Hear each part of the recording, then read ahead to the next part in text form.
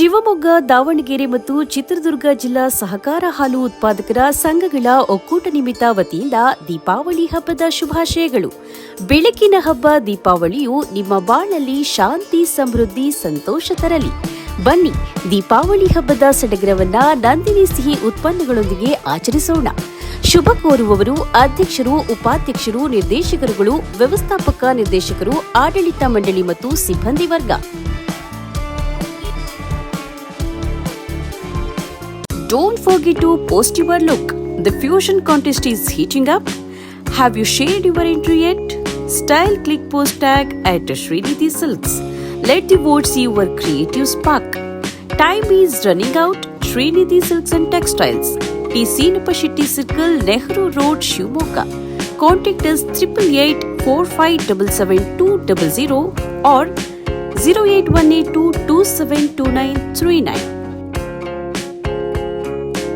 ಪುರಸಭೆ ಸದಸ್ಯನಾಗಿದ್ದ ಬಿವೈ ರಾಘವೇಂದ್ರ ಸಂಸದರಾಗಿ ಹೇಗೆ ಗೆದ್ದರು ಎಂಬುದು ಗೊತ್ತಿದೆ. ರಾಘವೇಂದ್ರ ಎಲ್ಲಿಂದ ಬಂದರು ಎಂಬುದನ್ನು ಅರಿಯಬೇಕು. ಬಂಗಾರಪ್ಪ ವಿರುದ್ಧ ಗೆಲ್ಲಲು ರಾಘವೇಂದ್ರ ಅವರ ಸಾಧನೆ ಏನಿತ್ತು ಎಂದು ಸಚಿವ ಮಧು ಬಂಗಾರಪ್ಪ ತಿಳಿಸಿದರು. ಪತ್ರಿಕಾಗೋಷ್ಠಿಯಲ್ಲಿ ಮಾತನಾಡಿದ ಶಿಕ್ಷಣ ಸಚಿವ ಮಧು ಬಂಗಾರಪ್ಪ, ಬಿಹಾರ ಚುನಾವಣೆಗೆ ರಾಜ್ಯದಿಂದ ಹಣ ಕಳಿಸಲಾಗುತ್ತಿದೆ ಎಂದು ಸಂಸದ ಬಿವೈ ರಾಘವೇಂದ್ರ ಆರೋಪ ಮಾಡಿದ್ದಾರೆ. ರಾಘವೇಂದ್ರ ಗೆಲ್ಲಲು ಅವರಪ್ಪ ಯಡಿಯೂರಪ್ಪ ಆಂಬ್ಯುಲೆನ್ಸ್ನಲ್ಲಿ ಹಣ ರವಾನಿಸಿದ್ರು. ಅವರಪ್ಪ ಆಂಬ್ಯುಲೆನ್ಸ್ನಲ್ಲಿ ಪೊಲೀಸ್ ಜೀಪ್ನಲ್ಲಿ ಹಣ ತರಿಸಿದ್ರು. ಅವರಿಗೆ ಈ ರೀತಿಯ ಕಲೆಗಳೆಲ್ಲ ಗೊತ್ತಿದೆ. ಹಾಗಾಗಿ ಅವರು ಹೀಗೆ ಹೇಳ್ತಾರೆ, ನಾನು ಈಗಾಗಲೇ ಬಿಹಾರ ಚುನಾವಣೆಗೆ ಹೋಗಿ ಬಂದಿದ್ದೇನೆ. ಹಾಗಾದ್ರೆ ನಾನು ಅಲ್ಲಿಗೆ ಹಣ ತೆಗೆದುಕೊಂಡು ಹೋಗಿದ್ನಾ? ನಾನೇನು ಅವರ ತರಹ ಲೂಸಾ? ಬಿಹಾರಕ್ಕೆ ಹಣ ತೆಗೆದುಕೊಂಡು ಹೋಗಲು ನಾನೇನು ಲೂಸಾ? ವಿಜಯೇಂದ್ರ ರಾಘವೇಂದ್ರ ಅವರ ಕೆಲಸಗಾರರು, ಡ್ರೈವರ್ಗಳು ಗೃಹಲಕ್ಷ್ಮಿ ಯೋಜನೆಗೆ ಅರ್ಜಿ ಹಾಕಿದ್ದಾರೆ. ನಾನು ಅವರ ನಂಬರ್ ಕೊಡ್ಲಾ ಎಂದು ಸಚಿವ ಮಧು ಬಂಗಾರಪ್ಪ ಸಂಸದ ಬಿವೈ ರಾಘವೇಂದ್ರ ವಿರುದ್ಧ ಕಿಡಿಕಾರದ್ರು. ಈ ರಾಘವೇಂದ್ರ ಗೆದ್ದಿದ್ದು ಹೆಂಗೆ ಅಂತ ಗೊತ್ತಿದೆಯಾ ನಿಮಗೆ? ಬಂಗಾರಪ್ಪ ವಿರುದ್ಧ ಏನ್ರಿ ಅವನ ಸಾಧನೆ?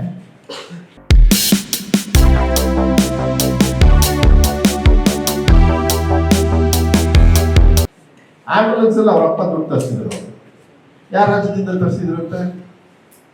ಪೊಲೀಸ್ ಜೀಪ್ ಅಂತ ತರಿಸಿದ್ರು.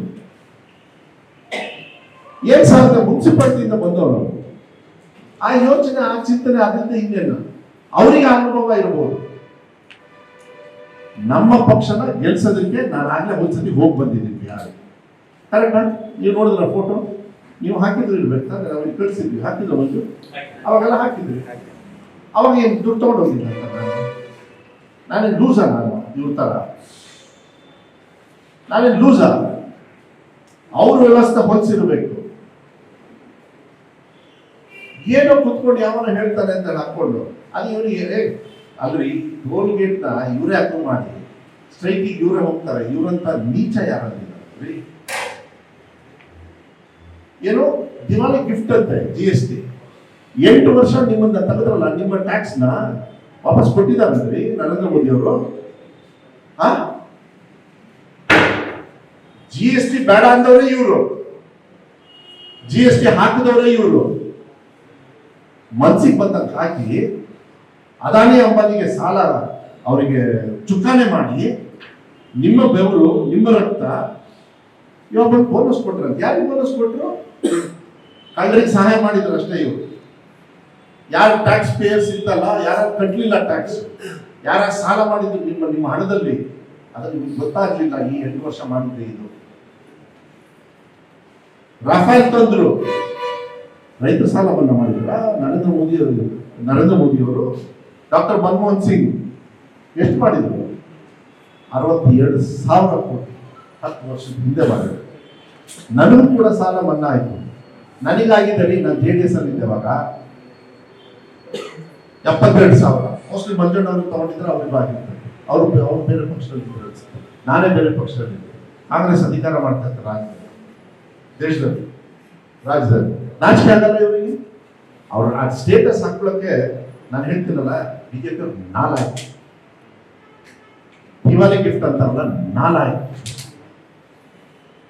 ಟ್ಯಾಕ್ಸ್ ಜಾಸ್ತಿ ಮಾಡಿ ಟ್ಯಾಕ್ಸ್ ಕಮ್ಮಿ ಮಾಡಿದೀವಿ ಅಂತ ಅದೇ ಸಿದ್ದರಾಮಯ್ಯ ಸಾಹೇಬರು 7 kg ಕೊಟ್ಟಾಗ ಕಟ್ ಮಾಡಿದವರು ಇವರು 5 kgಗೆ. ಸಿದ್ದರಾಮಯ್ಯ ಸಿಟ್ಟು ಬಂದು ನಮ್ಮ ಬಡವರ ಹೊಟ್ಟೆಗೆ ಇನ್ನೊಂದು ಸ್ವಲ್ಪ ಹಿಟ್ಟಿರಲಿ ಅಂತ ಹೇಳಿ ನಮ್ಮ ಸರ್ಕಾರ ಬಂದಾಗ 7 ಅಲ್ಲ 10 ಕೊಡ್ತೀನಿ ಅಂತ ಹೇಳಿ ಯಾಕೆ ಕೊಡ್ಲಿಲ್ಲ ಇವಾಗ 10? ಇದ್ರಿ ಕಾಂಗ್ರೆಸ್ ಫುಡ್ ರೈಟ್ಸ್ ತಂದಿದ್ದು ಕಾಂಗ್ರೆಸ್, ಎಜುಕೇಶನಲ್ ರೈಟ್ಸ್ ತಂದಿದ್ದು ಕಾಂಗ್ರೆಸ್, GST ಕಾಪಿ ಹೊಡೆದಿದ್ದು ಬಿಜೆಪಿ, ಎಲ್ಲದೂ ಕಾಪಿ ಹೊಡಿತಾ ಇರೋದು ಬಿಜೆಪಿ. ನಂದು 2 exam policy 3 exam policy copy ಹೊಡೆದಿದ್ದು ಬಿಜೆಪಿ. ಹೌದಲ್ಲ? ಯಾರು ಟೀಕಾ ಟಿಪ್ಪಣಿ ಮಾಡಿದವ್ರು ಈ ಕಾಪಿ ಹೊಡಿತಾ ಕೂತ್ಕೋತಾರಲ್ಲ, ಏನ್ ಮಾಡ್ತೀರ ಅದಕ್ಕೆ? ಹಾ, ನಾನು ಇಲಾಖೆಗೆ ದುಡ್ಡು ಕೊಡ್ತಾ ಇಲ್ಲಲ್ಲ. 16,000 ಕೋಟಿ ನಮಗೆ ಕಮ್ಮಿ ಆಗುತ್ತೆ ಗೊತ್ತಾ? ಈ GST ಕಮ್ಮಿ ಮಾಡಿದ್ರಲ್ಲ, ಅದಕ್ಕೊಂದು ಪ್ರಾಕ್ಟಿಸಿ ಎಲ್ಲ ಸರ್ಕಾರದವರು ಇಷ್ಟು ಬರುತ್ತೆ ಪ್ರೊಜೆಕ್ಷನ್ ಅಂತ ಬಜೆಟ್ ಇರುತ್ತೆ, ಇಷ್ಟು ನಾನು ಹಾಗಾದ್ರೆ ಈ ಪ್ರೋಗ್ರಾಮ್ 16,000 ಕೋಟಿ ನಮ್ಮ ರಾಜ್ಯಕ್ಕೆ ಗ್ಯಾರಂಟಿಗಳು ಕಮ್ಮಿ ಮಾಡಿದ್ರಂತೆ ಸಿದ್ದರಾಮಯ್ಯ ಸಾಹೇಬರು. ರಾಘವೇಂದ್ರ ಅವರ ಡ್ರೈವರ್ ಅಪ್ಲಿಕೇಶನ್ ಹಾಕಿ ಕೊಡ್ಲ ನಂಬರು, ಗೃಹಲಕ್ಷ್ಮಿಗೆ, ಗೃಹಜ್ಯೋತಿಗೆ, ವಿಜೇಂದ್ರ, ಅಶೋಕ, ಇವರೆಲ್ಲರೂ ಡ್ರೈವರ್ಸ್ ಅವ್ರ ಮನೇಲಿ ಕೆಲಸ ಮಾಡೋರು ಬದುಕ್ತಾ ಇರೋದು ಸಿದ್ದರಾಮಯ್ಯ ಅವ್ರ ಗ್ಯಾರಂಟಿ ಇದ್ದಾರೆ, ನರೇಂದ್ರ ಮೋದಿ ಅವ್ರ ಗ್ಯಾರಂಟಿ ಇಲ್ಲ. ಅಲ್ಲ,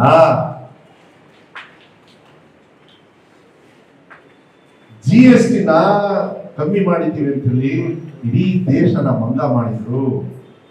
ಕೋವಿಡ್ ಟೈಮಲ್ಲಿ ಟಮ ಟಮ ಟಮ ಟಮ ಹೊಡೆದ್ರಲ್ಲ ತಟ್ಟೆನ, ಎಷ್ಟೆಷ್ಟು ಸತ್ರು ಅಂತ ಲೆಕ್ಕ ಏನಾದ್ರು ಕೊಟ್ರಲ್ರಿ? ನಾಚಿಕೆ ಆಗಲ್ಲ ಇವ್ರಿಗೆ? ದೀಪ ಹಚ್ತಾರೆ, ಎಲ್ಲ ದೀಪ ಆಫ್ ಮಾಡಿ, ಎಲ್ಲ ವೈರಸ್ ಹೋಗ್ಬಿಡ್ತದೆ. ದೊಡ್ಡ ಸೈಂಟಿಸ್ಟು